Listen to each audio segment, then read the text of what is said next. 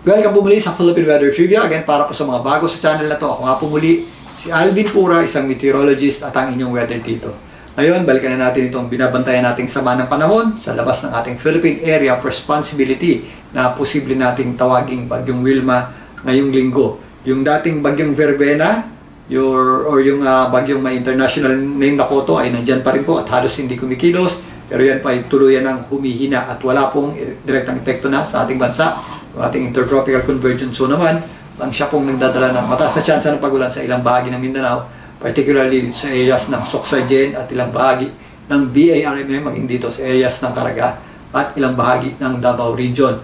Matras naman yung ating epekto ng shear line, pero meron pa rin tayong epekto ng northeast monsoon dyan po sa extreme northern Luzon. Samantalang, itong ang binabantayan nating sama ng panahon sa labas ng PAR ay in-upgrade na ng Pag-asa. Yung ating grupo ng kaulapan ay in-upgrade na ng Pag-asa sa isang low pressure area kanina pong alas 2 ng hapon.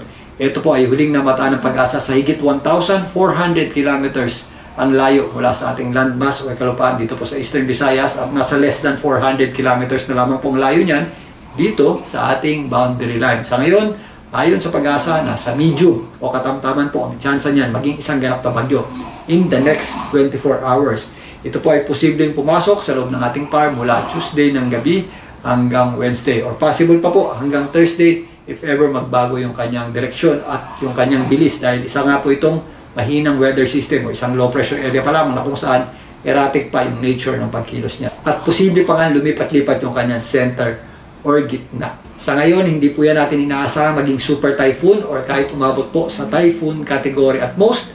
If ever yan po ay lumakas pa hanggang tropical storm category. Pero sa ngayon, nakikita natin yung umabot sa tropical depression category bago lumapit sa ating landmass or kalupaan. Dahil nga, bare months ngayon, mataas po ang tsansa na maglandfall o tumatama sa lupa yung ating mga bagyo. At ito nga binabantayan natin posible maging Bagyong Wilma ay maaari ding tumawid sa ating landmass or kalupaan kagaya ng ginawa ng dating Bagyong Verbena at kagaya rin po ng dating Bagyong Verbena, yung interaksyon nito doon sa ating shear line ang siya po magpapaulan. O maaaring magdulot ng malawakang pagulan, na maaaring magdulot din ng malawakang pagbaha sa ilang bahagi ng ating bansa, particularly doon po sa mga apektuhan ng ating low pressure system at ng ating tinatawag na shear line. So bakit hindi natin nakikitang maging isang malakas na bagyo itong ating binabantayan sama ng panahon?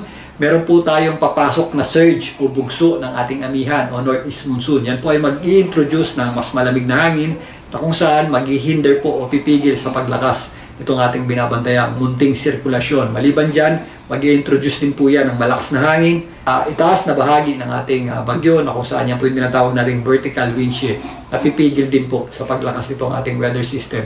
Pero again, ito po ay inaasahan natin or pwede po yan umabot sa hanggang tropical depression category or at most nga hanggang tropical storm. At yan po ay mabibigyan or pwede po yan maging bagyo nga sa loob ng ating PAR.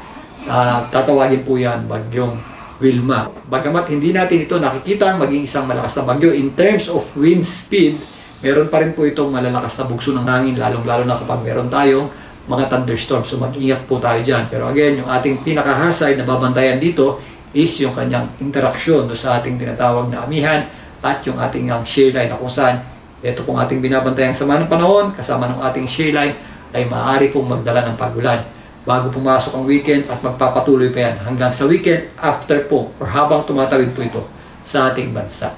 So narito po yung ating simulation para sa darating na Biyernes hanggang Sabado na kung saan ito po yung pinakamalapit na yung ating sirkulasyon dito po sa ating landmass or kalupaan. At kung mapapansin nyo, yung ating concentration ng mga pagulan ay nandito po malapit sa gitna ng ating sirkulasyon. Eastern Visayas, malaking bahagi ng Central Visayas, kasama po dyan ang area ng Cebu, maging dito sa ilang bahagi ng western portion ng Visayas. So, kumikilos naman po yan habang tumatawid. Itong posible nating tawaging Bagyong Wilma o yung ating low pressure system. Maliban dyan, meron nga po yung convergence ng hangin o yung ating tinatawag na shear line.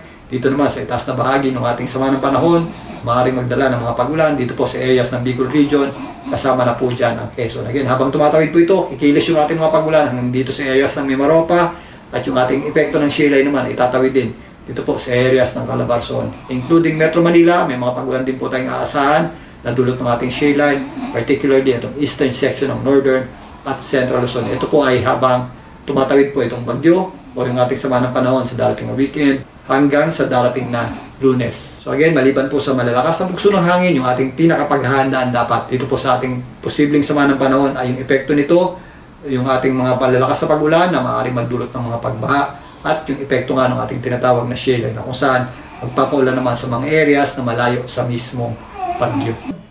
Again, malayo pa po itong binabantayan nating sama ng panahon at wala pa po yung direktang epekto sa ating bansa. Erratic pa po ang kanyang bilis at yung kanyang lakas at magkakaroon pa yan ng interaksyon sa ating northeast monsoon na posibleng nga magpahina pa dito. Ganun pa man, maging bagyo man yan or low pressure area, ito pong ating binabantayang sama ng panahon kasama ng ating shale line ay sigurado pong magdadala ng pag-ulan sa malaking bahagi ng ating bansa, lalong-lalo na ngayong papasok na weekend. Kaya paghandaan po natin yan. Balikan natin yan bukas. Muli ito po ang inyong Weather Tito para sa Philippine Weather Trivia. Magandang gabi po.